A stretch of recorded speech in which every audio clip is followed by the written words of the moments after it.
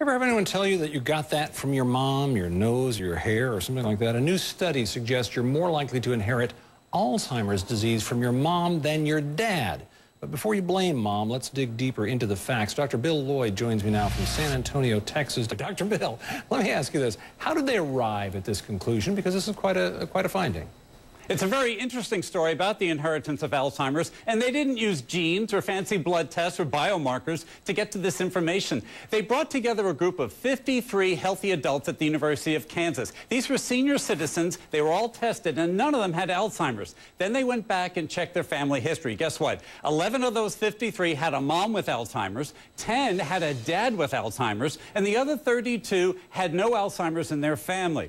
So what did they do? They brought them over to radiology and they did 3D MRIs on them. And they repeated the study in 2 years. Now, Tom, our brains shrink as we get older. Some of us, our brains shrink faster than others. And among this group with Alzheimer's disease, there's enormous, very fast-paced shrinkage of brain tissue. And in the group of those 11 individuals whose mother had Alzheimer's disease, they had a phenomenal shrinkage or brain atrophy over those 2 years compared to the images of the other volunteers in the study. Well, we're all getting older in this country. The whole country is getting much older at the moment. When people are worried about this sort of thing, so what should people be doing? You look at Mom and say, does she have it? I have a higher risk, or does it not quite work that way? There are two important risks that everyone has to know about. The obvious one is age. Beginning at age 65, about 3% are at risk of getting Alzheimer's disease. But Tom, with each 5 years of age, that risk doubles. So by the time you're 85, the risk is now 50%.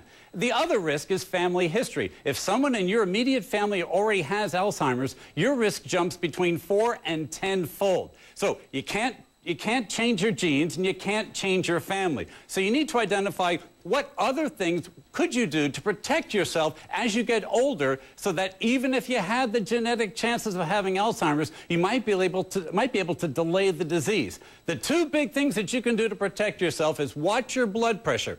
Middle-aged adults with high blood pressure for which it's untreated are at grave risk of getting Alzheimer's disease, and protect your head.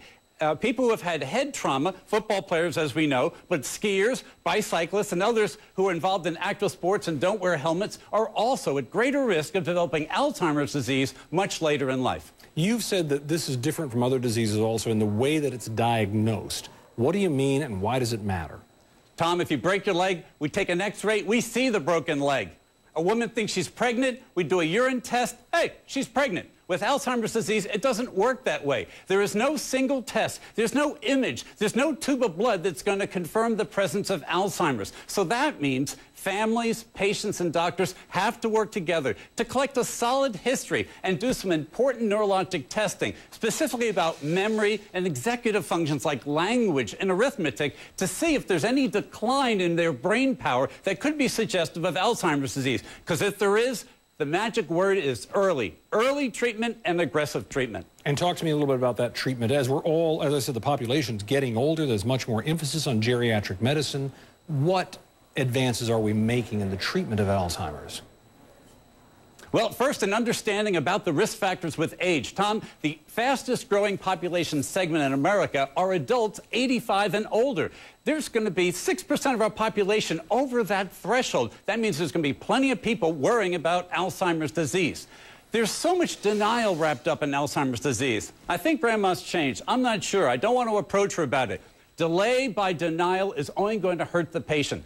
Early and aggressive medication treatment for people properly diagnosed with Alzheimer can delay the onset of Alzheimer and protect their brains. If you put it off and you wait until it's too late, those medications aren't going to work. Let me touch on another point about the medications for Alzheimer's disease. They start you on one category of drugs. Yes, there's going to be side effects. The important point is to burn through the side effects and keep taking the medication and keep raising the dose of the medication to get the desired effect, to get that better outcome. And once you reach the top, you add a second medication. Burn through the symptoms. If you chicken out, if you don't take the proper dosage and you don't get onto the second medication, you're never going to get the outcome that you want that's promised with the new therapies that are out there today. Many thanks for your expertise, Dr. Bill Lloyd. Thanks for being here.